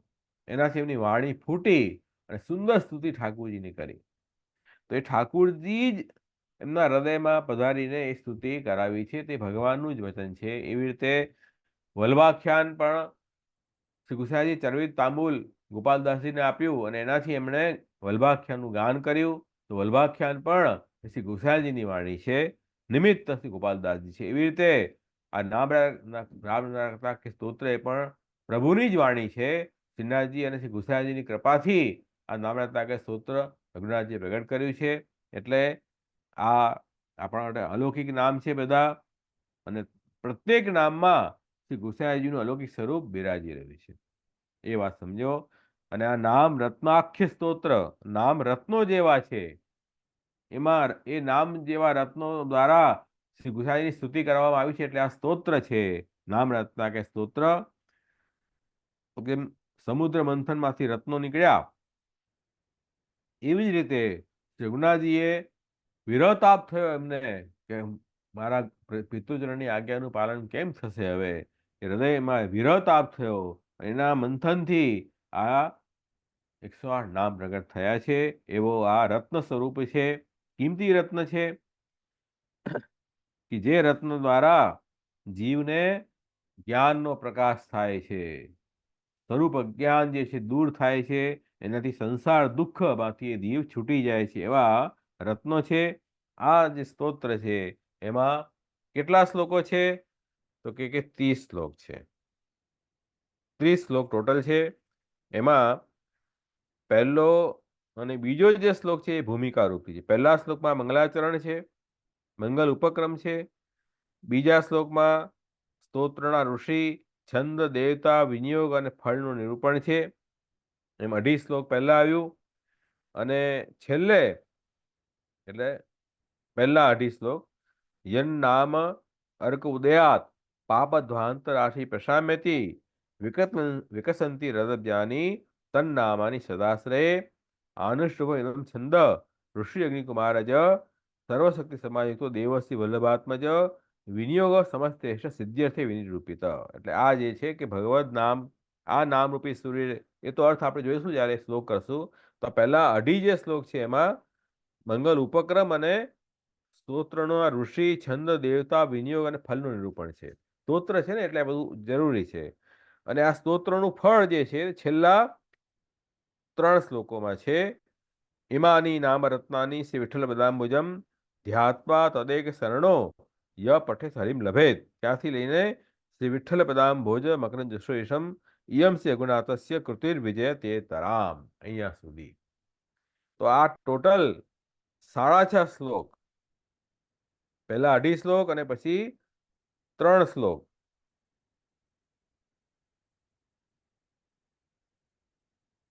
5.5 શ્લોક માં સ્તોત્રનું ફળ અને ભૂમિકા છે.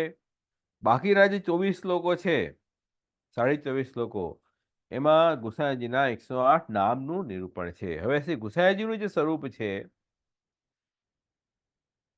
એ ઠાકોરજીનું સ્વરૂપ છે. ઠાકોરજીનું દ્વાદશ અંગ છે. તો અને એ ગુસાઈજીનું બીજું સ્વરૂપ છે ચંદ્રાવલીજીનું. શ્રી ગુસાઈજી કૃષ્ણ સ્વરૂપ પણ છે, સ્વામિનીજી સ્વરૂપ ચંદ્રાવલી સ્વરૂપ પણ છે, અને આચાર્ય સ્વરૂપ પણ છે. એવી રીતે શ્રી મહાપ્રભુજી કૃષ્ણ સ્વરૂપ પણ છે, રાધાજીનું સ્વામિનીજીનું સ્વરૂપ પણ છે, અને ગુરુ આચાર્ય સ્વરૂપ પણ છે. ત્રણેય સ્વરૂપ છે. રૂપમ તત્રયાત્મકમ પરમધ્યેયમ સદા વલ્લભમ. તો આપણા જે ગુરુ છે એના 3 સ્વરૂપ છે, ઠાકોરજીનું, સ્વામિનીજીનું અને ગુરુ આચાર્યનું. એમ મહાપ્રભુ ગુસાઈજીનું પણ 3 સ્વરૂપ છે. તો ઠાકોરજી અને સ્વામિનીજીનું સ્વરૂપ આપણે ગણીએ દ્વાદશ અંગરૂપથી, તો 24 શ્લોકમાં 12 દુ 24 થાય. 24 શ્લોકમાં શ્રી ગુસાઈજીના અલૌકિક સ્વરૂપનું વર્ણન કરતા નામોનું વિવરણ છે.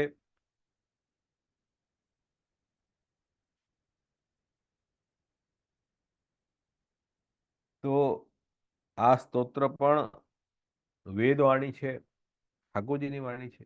વેદ પણ ઠાકોરજીની વાણી, એમ આ પણ ઠાકોરજીની વાણી. અને ઋષિઓ સમાધિમાં એ વેદવાણીનો અનુભવ કરીને આપણી સમક્ષ મૂક્યા. એવી રીતે રઘુનાથજીને પણ એ વિરહતાપમાં, પ્રભુની તન્મયતામાં આ સ્તોત્ર પ્રગટ કર્યો. એટલે સ્વયં વેદવાણી જેવું જ આનું મહત્તા છે, શબ્દ બ્રહ્મ છે. ઋષિ શ્રી રઘુનાથજી છે પોતે સ્વયં. તો આ સ્તોત્રોને સમજાવવા માટે શ્રી રઘુનાથજીના પુત્ર શ્રી દેવકીનંદજીએ એનું વિવરણ લખ્યું છે. કેમ કે નામ પણ ગૂઢ છે, નામનો અર્થ સમજવો પણ તો મુશ્કેલ છે કે નહીં? તો આપણે કોના આધારે નામનો અર્થ સમજશું? તો દેવકીનંદજીએ એમાં વિવરણ, કોમેન્ટ્રી લખી છે, જેનાથી નામ આપણે સરખું સમજી શકીએ. શ્રી દેવકીનંદજી એ શ્રી રઘુનાથજીના જ્યેષ્ઠ આત્મજ છે, અને એ પણ બહુ દિવ્ય આચાર્ય થયા, આપણા ત્યાં સમર્થ આચાર્ય થયા. એમની બાળપણ પણ લગભગ 8 વર્ષ સુધી શ્રી ગુસાઈજીની છત્રછાયામાં એમનું બાળપણ રહ્યું છે. અને ગુસાઈજી અષ્ટાક્ષર મંત્રનું ઉચ્ચારણ કરતા કરતા એમને રમાડતા, એવા આપણને પ્રસંગ મળે છે. અને જ્યારે શ્રી ગોકુલનાથજી ચતુર્થલાલજી માલાથી રક્ષા કરવા માટે આ ત્યાં કાશ્મીર પધાર્યા, તે વખતે દેવકીનંદજી પરદેશમાં બિરાજી રહ્યા હતા. એને સમાચાર મળ્યા, તરત આપણે ભોજન પર છોડી દીધું, તરત પોતાના કાકાજી ગોકુલનાથજીને મળવા માટે અને એમની સહાયતા કરવા માટે આપ પણ કાશ્મીર પધાર્યા, અને કાશ્મીરમાં મળ્યા, અને સાથે કાશ્મીર બંને પધાર્યા છે.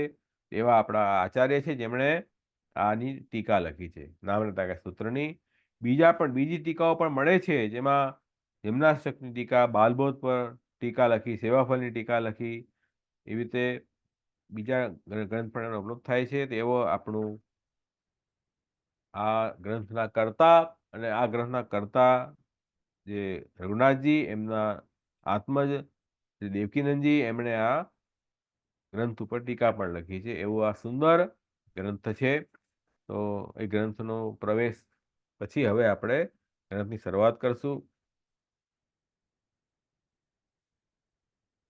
પહેલા શ્રી દેવકીનંદજીએ ગ્રંથની શરૂઆત કરતા પહેલા મંગલાચરણ કર્યું, સુંદર.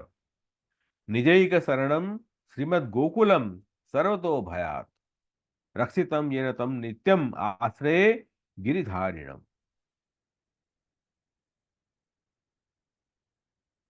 શું કહી રહ્યા છે? કે યેન, જેમના દ્વારા, નિજૈક શરણમ, એકમાત્ર પોતાના શરણમાં જે આવેલા છે. કોણ? શ્રીમદ ગોકુલ. ગોકુલ, આખું ગોકુલ કોને શરણે હતું? ઠાકોરજીના શરણે. એમને સર્વતો ભયાદ રક્ષિતમ, બધા ભયથી ઠાકોરજીએ રક્ષા કરી. તમ ગિરિધારિણમ, એવા ગિરિરાજને ધારણ કરનારા ભગવાન શ્રી કૃષ્ણનું નિત્યમ આશ્રય, નિત્ય હું શરણ જાઉં છું, આશ્રય કરું છું, એવું ઠાકોરજીની અહીંયા વંદના કરી. આપણે વિવરણમાં તો પ્રથમ શ્લોકમાં શ્રી દેવકીનંદજીએ શ્રી ગિરિરાજ ધરણ પ્રભુનું સ્મરણ કર્યું છે અને એમને શ્રી ગોકુલના રક્ષક બતાવ્યા છે. હવે ગોકુલ એટલે કોણ? ગોકુલ ગામમાં રહેવાવાળા અથવા નિસ્સાધન જે જીવોનું સ્થાન એ ગોકુલ. ભાઈ બ્રજમાં જે ભગવાનના ભક્તો હતા બધા નિસ્સાધન હતા, પ્રભુને ભરોસે હતા. એમની પાસે પોતાના કોઈ સાધન એવા નહોતા કે જેનાથી એમનું આત્મકલ્યાણ થાય. પ્રભુ ઉપર પૂર્ણ નિષ્ઠાથી કે આ મારા કૃષ્ણ અમને બચાવશે. તો એ નિસ્સાધન ફલાત્માયમ પ્રાદુર્ભૂતોસ્તિ ગોકુલે અતો વયમ સુનિશ્ચિતા જાતા. શ્રી મહાપ્રભુ જાગે કરે છે કે નિસ્સાધનના ફલરૂપ શ્રી કૃષ્ણ ગોકુલમાં પ્રગટ થયા. તો ગોકુલ જે છે નિસ્સાધન જીવોનું સ્થાન છે. એટલે ઠાકોરજીના ભરોસે હતા તો પ્રભુ એમની રક્ષા કરી. આપણે પ્રભુ સિવાય બીજાનો ભરોસો રાખશું તો અન્યાશ્રય થશે. પછી ઠાકોરજી કહે છે તને મારો ભરોસો નથી, હું શા માટે તારી રક્ષા કરું? પણ આપણે અનન્ય આશ્રય ભગવાનનું રાખશું તો ભગવાન આપણી દર રીતે સર્વ ભયથી આપણને છોડાવશે. આ એક અર્થ થયો. બીજો અર્થ ગોકુલનો શું છે? ગોનો અર્થ ઇન્દ્રિયો થાય સંસ્કૃતમાં, અને ઇન્દ્રિયોનો સમૂહ એ પણ ગોકુલ થાય. એટલે એકાદશ ઇન્દ્રિય આપણી છે, એકાદશ ઇન્દ્રિયોનો સમૂહ જે છે એમાં એની આસક્તિ ક્યાં હોય? વિષયોમાં. લૌકિક જે વિષયો છે રૂપ રસ ગંધ, શબ્દ સ્પર્શ રૂપ રસ ગંધ એમાં હોય. તો આપણે એની આસક્તિ છોડાવીને ભગવાનમાં જોડાઈ જાય ઇન્દ્રિયો તો ખરેખર એ ગોકુલ થઈ જાય, તો એને ગોકુલ કહેવાય. ઠાકોરજીમાં આપણી ઇન્દ્રિયો નિરોધ થઈ જાય તો ખરેખર ઠાકોરજી એ ગોકુલ બની ગયું, આપણે ગોકુલ બની ગયા. તો કહે છે કે એવા ગોકુલના જે ભક્તો છે એમનો નિરોધ પ્રભુએ કર્યો. એમને ભયંકર ભયથી પણ એમની રક્ષા કરી અને ગિરિરાજ પર્વત ઉપાડીને અને ઇન્દ્રથી રક્ષા એમની કરી. તો આ રીતે અન્યાશ્રય પણ ઠાકોરજી છોડાવ્યો પોતાના ભક્તોનો. ઇન્દ્ર યાગ કરીને અન્યાશ્રય કરતા હતા. સકામ ભાવથી યજ્ઞ કરવું એ પુષ્ટિ માર્ગમાં અન્યાશ્રય છે. આપણે જે યજ્ઞ કરીએ છીએ, શ્રૌત યજ્ઞ હોય કે સ્માર્ત યજ્ઞ હોય, એ ઠાકોરજીની પ્રસન્નતા માટે શાસ્ત્રની આજ્ઞા ભગવદ આજ્ઞા છે માનીને કરીએ છીએ. કોઈ પણ સકામ ભાવથી યજ્ઞ કરવું એ પુષ્ટિ માર્ગમાં અન્યાશ્રય છે. જે ઠાકોરજીએ ઇન્દ્રયાગને છોડાવ્યો એ સકામ ભાવથી યજ્ઞ કરતા હતા. તે અન્યાશ્રય છોડીને અને ઠાકોરજીએ ગિરિરાજજીનું પૂજન શરૂ કરાવ્યું અને ગિરિરાજજીની સેવા શરૂ કરાવી. ગિરિરાજજી પણ ઠાકોરજીનું સ્વરૂપ છે. તો એ રીતે ઠાકોરજીએ એ બધાનો ભય દૂર કર્યો, ઇન્દ્રથી રક્ષા કરી. એવા ભગવાન કૃષ્ણને હું શરણે જાઉં છું, એમ અહીંયા પહેલું મંગલાચરણ કર્યું.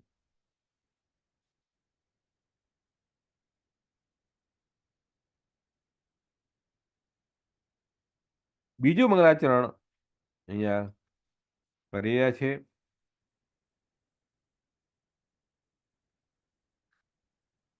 જદ ઉદિત પથવર્તી દેહ ભાજામ ભવતી વશે કે નંદગોપસુનું અતિ કરુણમ ઉપાસ્ય વિશ્લેષાત્મજ રઘુનાથમ અહર્નિશમ નતોસ્મી.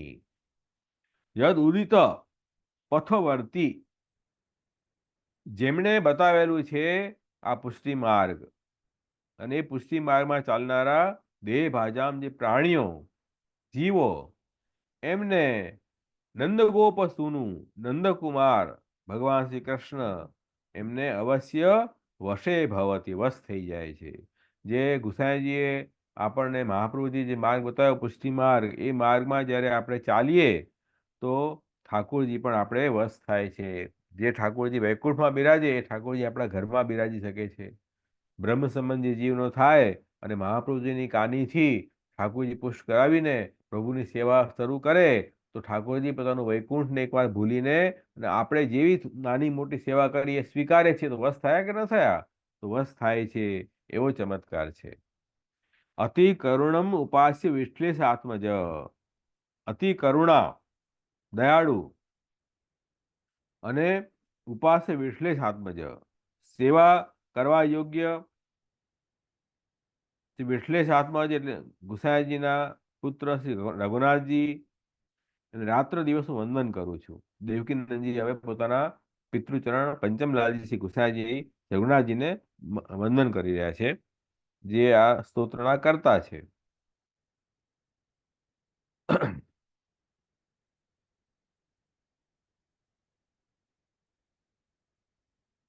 અથ વિવિધ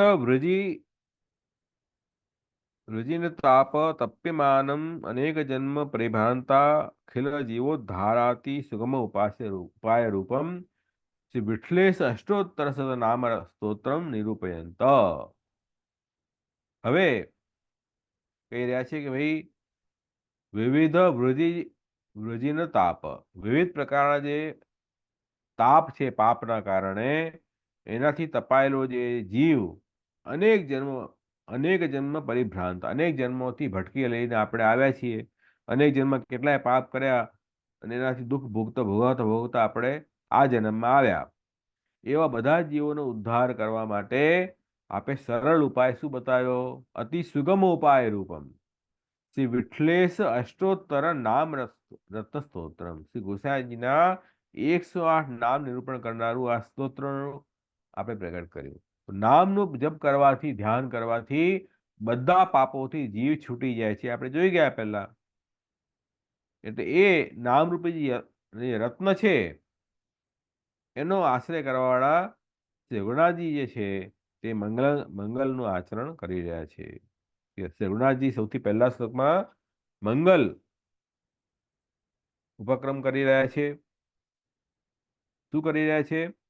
યન નામ અર્ક ઉદયાત પાપધ્વાંતિ રાશિ પ્રશામ્યતિ વિકસંતિ રબ્જાની તન્નામાની સદાશ્રય.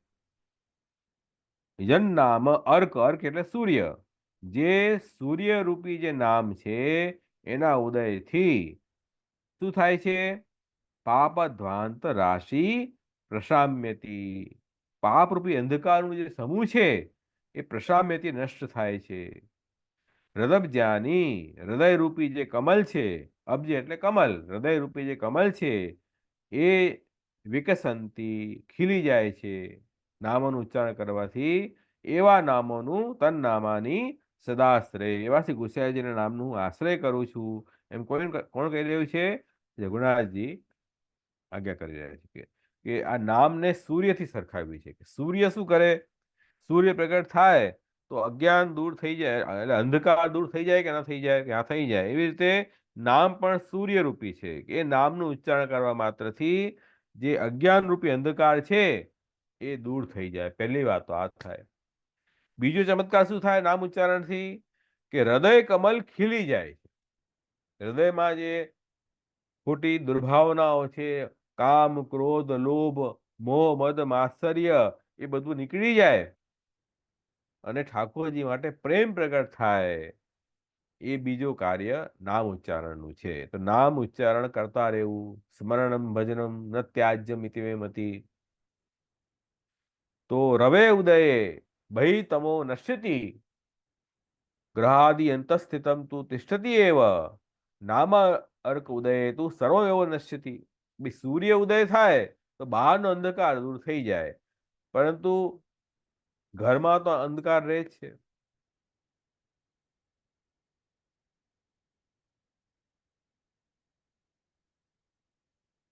તો નામરૂપી સૂર્યનો ઉદય થાય તો બહાર અંદર બધું અંધકાર નાશ થાય. અંદર ઘરમાં એટલે આપણા હૃદયમાં રહેલું જે અંધકાર છે અજ્ઞાનનું, એ પણ દૂર થઈ જાય છે. એવું આ નામરૂપી સૂર્ય છે. હવે કે છે કે યદવા, બીજો અર્થ કરી રહ્યા છે કે યદ તદ ઉદયે નિવૃત્તમ અપી તમ પુનઃ નિશી પ્રાદુર્ભવતી. સૂર્યોદય વખતે અંધકાર દૂર થાય, પણ રાત્રિ થાય તો પાછું અંધકાર થઈ જાય. પણ નામ ઉચ્ચારણ, નામ એવું સૂર્ય છે કે જેનું ઉચ્ચારણ કરવાથી પાપ, અંધકાર રૂપી પાપ પાછું નથી આવતું. એટલે આપણે નામ ઉચ્ચારણ કરતા જ રહેવું. પાપ આવે નહીં. જેમ અજામિલે નામ ઉચ્ચારણ કર્યું તો જેટલા પૂર્વમાં પાપ કર્યા બધા નષ્ટ થઈ ગયા કે નહીં? તો એ રીતે હવે તો આ બહુ સરસ રસ્તો મળી ગયો આપણને. પાપ કરતા જાઓ ને નામ બોલતા જાઓ, પાપ કરતા જાઓ નામ બોલતા જાઓ. આ તો પાખંડ થઈ ગયું, 100% પાખંડ થઈ ગયું. એવું નથી કહેતા. જ્યારે તમે ભગવાન નામ ઉચ્ચારણ કરો છો તો ઠાકુરજી નું સ્વરૂપનું જ્ઞાન સાથે નામ ઉચ્ચારણ કરવાનું છે. આ ઠાકોરજી અલૌકિક સ્વરૂપનું નામ છે અને હું એમનો સેવક છું. એ ભાવથી જ્યારે નામ ઉચ્ચારણ કરીએ તો પ્રભુએ જે આપણને આજ્ઞા આપી હોય એ આજ્ઞાનું ઉલ્લંઘન કરવું, જાણી જોઈને પછી નામનું જપ કરવું, એ તો મહાપાખંડ છે. એવો વ્યક્તિ તો નામ ઉચ્ચારણનો પણ યોગ્યતા નથી ધરાવતો. એક વાત સમજી લો. એ પાખંડ કરવાની આજ્ઞા નથી આપી અહીંયા. પણ માણસ જે છે ને કાંઈ ને કાંઈ એમાંથી ખોટા અર્થ કાઢે. તો એ ભગવાન નામનું મહાત્મ્ય છે. અને આ સૂર્ય તો કાલને અધીન છે, અસ્ત ઉદય થાય છે, પરંતુ આ તો નામરૂપી સૂર્ય તો અલૌકિક છે. એ તો કાલનો ભય પણ દૂર કરે છે. એવું આ નામરૂપી સૂર્ય છે. આ અનિષ્ટ દૂર કરીને હવે ઈષ્ટની પ્રાપ્તિ શું થાય કે હૃદયજાની હૃદય કમલાની વિકસંતી. હૃદયરૂપી કમલ વિકસિત થાય છે. એટલે વિકસિત કેવી રીતે થાય કે જેમ સૂર્ય ઉદય થાય તો કમલ ખીલી જાય, બરાબર. અને એ કમલની સુગંધથી આકર્ષિત થઈને બધા ભ્રમરો આવીને ત્યાં બેસે કમલ ઉપર. એવી જ રીતે અહીંયા નામરૂપી સૂર્યનો ઉદય કરવાથી બધા પ્રતિબંધ અંધકાર દૂર થાય, હૃદય કમલમાં ભક્તિરૂપી હૃદય કમલ ખીલી ઉઠે તો ઠાકુરજી જે છે એ ભક્તિને જોઈને હૃદયમાં આવીને બિરાજી જાય. સ્વયશોગાન સંરષ્ટ હૃદયાંબુજ વિષ્ટ. ભગવાનના નામનું ગુણ ઉચ્ચારણ કરીએ, ભગવાનનું યશોગાન કરીએ તો હૃદયરૂપી કમલમાં મહાપ્રભુજીનો પ્રવેશ, ઠાકોરજીનો પ્રવેશ થઈ જાય. એવું નામનું મહાત્મ્ય છે કે જેટલું ભાવપૂર્વક પ્રેમપૂર્વક એ નામ ઉચ્ચારણ કરશો તો આપણું હૃદય શુદ્ધ થશે, હૃદયમાં ભક્તિભાવ ઉદય થશે અને એ હૃદયમાં ઠાકુરજી આવીને બિરાજી જાય. એવું નામનું મહાત્મ્ય છે. એટલા માટે તસ્ય નામાની સદા નિરંતરમ આશ્રય. એટલે એવા નામનો હું આશ્રય નિરંતર કરું છું. એમથી રઘુનાથજી કહી રહ્યા છે કે કેમ કે ઠાકુરજી તો કેવલ ભક્તિથી જ વશ છે ને, બીજા કોઈ સાધનથી વશ નથી. ભક્ત્યા અહમેકમ ગ્રાહ્ય વશે કુર્વંતી મામ ભક્ત્યા, એમ ભગવાનના વચનો છે. એટલે ભગવાનને વશ કરવા માટે તો ભક્તિ જોઈએ. નામ ઉચ્ચારણ કરવાથી એ ભક્તિભાવ હૃદયમાં આવવાથી હૃદય કમલ બને છે અને ઠાકુરજી જે છે એ હૃદયમાં પધારે છે. એ શ્રદ્ધા સાથે આપણે નામ ઉચ્ચારણ કરો નામ રત્નાખ્યનું, તો બધા કામ તમારા સિદ્ધ થશે. એટલે અહીંયા સુંદર નામની નામ મહાત્મ્યનું વાર્તા આપણે પરેની વાર્તા બહુ સુંદર આવે છે કે એ બહુ ભોળા વ્રજવાસી હતા અને ઘણા વખતથી ગુસાઈજીને વિનંતી કરતા કે મને ઠાકોરજીનું નામ આપો, મારા ઠાકોરજીનું નામ શું. પછી ગુસાઈજી તે વખતે કંઈ આપ સેવામાં વ્યસ્ત હશે, કંઈ વાત થઈ નહીં. એક વખત કોઈ વૈષ્ણવ સાથે વાત કરતા હતા અને આ ભોળો વ્રજવાસી ત્યાં આવ્યો ત્યારે ગુસાઈજી કીધું જરા પરે. પરે મતલબ વ્રજભાષામાંથી જરાક દૂર રહે એમ વાત કરું છું ને આની સાથે.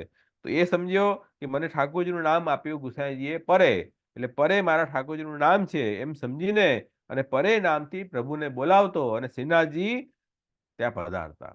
તો જો ગુસાઈજીના વચનમાં કેવી નિષ્ઠા, જે ગુસાઈજી આ વાત કહી છે તો આ સાચી જ છે. અને પરે તો કોઈ શાસ્ત્રમાં ઠાકોરજીનું નામ નથી.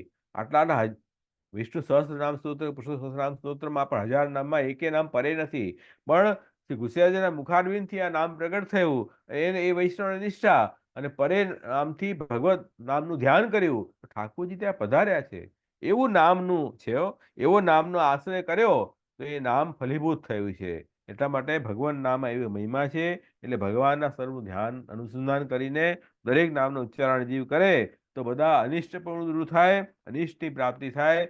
અનિષ્ટ એટલે આપણા પાપ, અજ્ઞાન રૂપી અંધકાર બધું દૂર થાય અને ઈષ્ટ એટલે ઠાકોરજીની પ્રાપ્તિ એ જીવને થાય છે. એટલે ભગવાનની પ્રાપ્તિ થઈ કે નહીં, શ્રીનાથજીની પ્રાપ્તિ આ પરે જ્યાં ભોળા વેજવાસીને એવું અહીંયા થાય. તો એ રીતે આપણે નામનું ઉચ્ચારણ આપણે કરવું. નામ ઉચ્ચારણથી બધા પાપ નષ્ટ થાય. તો એ રીતે અહીંયા આ પહેલો શ્લોક આપણે આજે કર્યો છે. બાકીના શ્લોકો હવે આગળના સત્રમાં આપણે લઈશું. જ્યારે જ્યારે સમય હોય, અનુકૂળ હોય ત્યારે આપણે પાછા ભેગા થશું. આજનો આપણે સત્ર અહીંયા વિરામ કરીએ. કંઈ પ્રશ્ન હોય, હજી 5 મિનિટ છે, તો પ્રશ્ન હોય તો અવશ્ય પૂછી શકો છો. તો હું કોશિશ કરીશ પ્રશ્ન ઉત્તર આપવાની. નહીં તો પછી આપણે આશ્રયનો એક પદ લઈ અને અહીંયા વિરામ કરશું.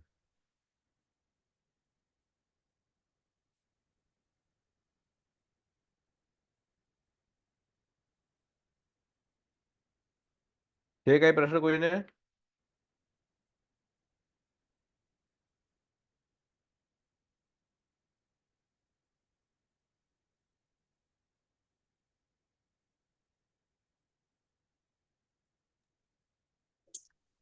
જયશ્રી દંડવત પ્રણામ. હા, આશીર્વાદો. સ્મિતાબેન આવી જય ગયા. શ્રી દંડવત પ્રણામ. જય શ્રી. હા, બોલ. હા, આશીર્વાદો. હા, જે આ એક નો ક્વેશ્ચન છે કવિતાબેન નું, ખોલું જે શ્રી. હા, ખોલો.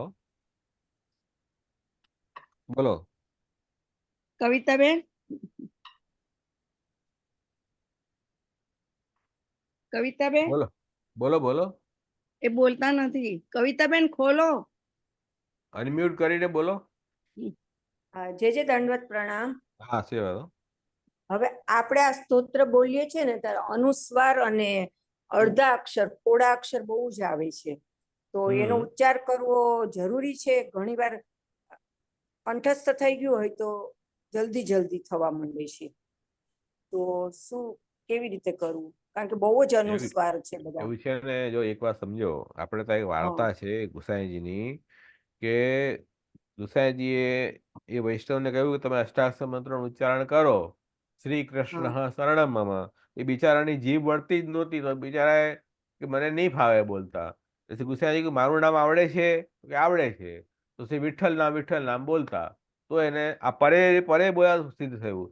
પણ તમારી એવી આસક્તિ હોય, ન સમજી શકતા હો કે ન ઉચ્ચારણ કરી શકતા હો, તો મહા ઠાકોરજી બી સમજે.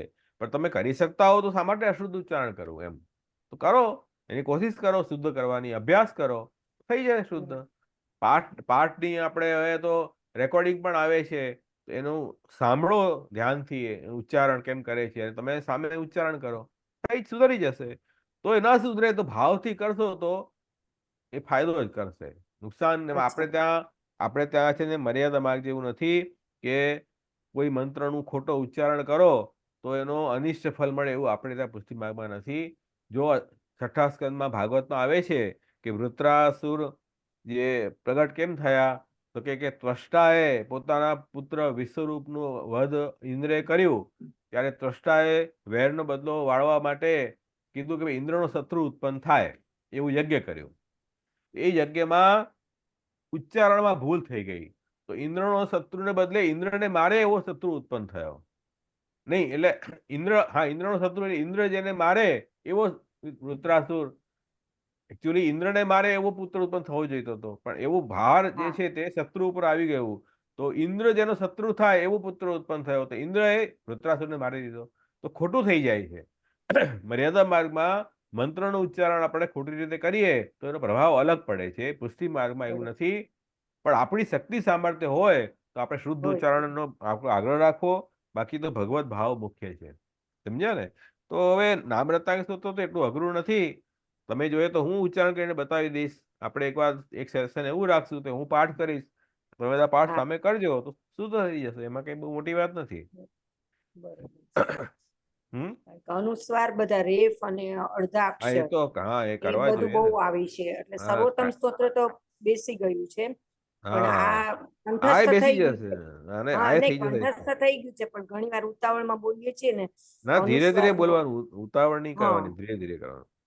શ્રી વિઠ્ઠલ કૃપા સિંધુર ભક્ત વશ્યોતિ સુંદર કૃષ્ણ લીલા રસાવિષ્ટ શ્રીમાન વલ્લભ નંદન. ધીરે ધીરે કરવાનું, થઈ જશે. એ ચિંતાની વાત નથી. બસ આપના આશીર્વાદથી હા, હૃદયારૂપ થઈ જશે. થાય, અને એક એક નામ આપે જેમ રત્નરૂપ કીધા છે એનું અમે હા, અનુસંધાન લઈ અને જરૂર કાર્ય જરૂર કરીશું. જરૂર જરૂર. તરુણોમાં દંડવત પ્રણામ. હા, જરૂર.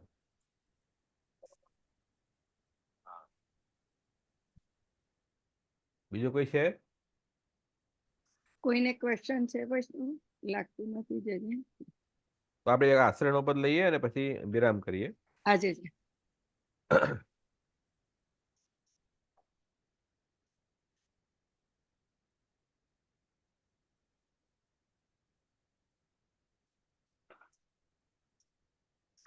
એક સુંદર પદ છે કૃષ્ણદાસજીનું,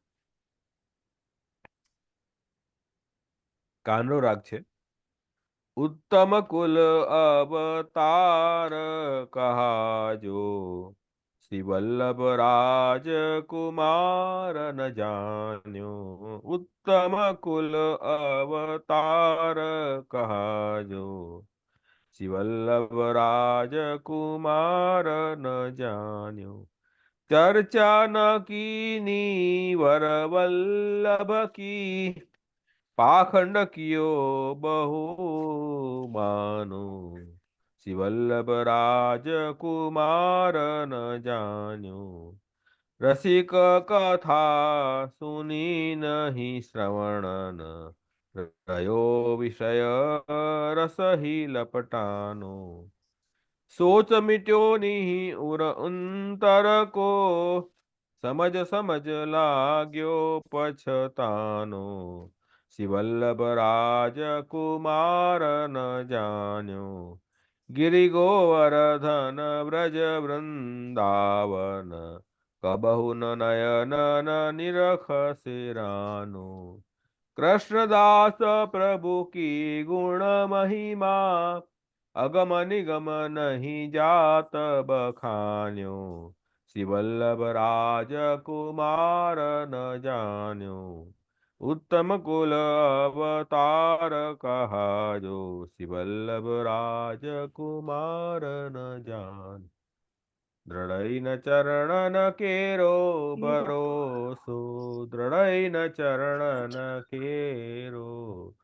श्री वल्लभ नख चंद्र छटा बिन, सब जग माज अंधेरो भरोसो. दृढ़ चरणन केरो, दृढ़ चरणन केरो भरोसो.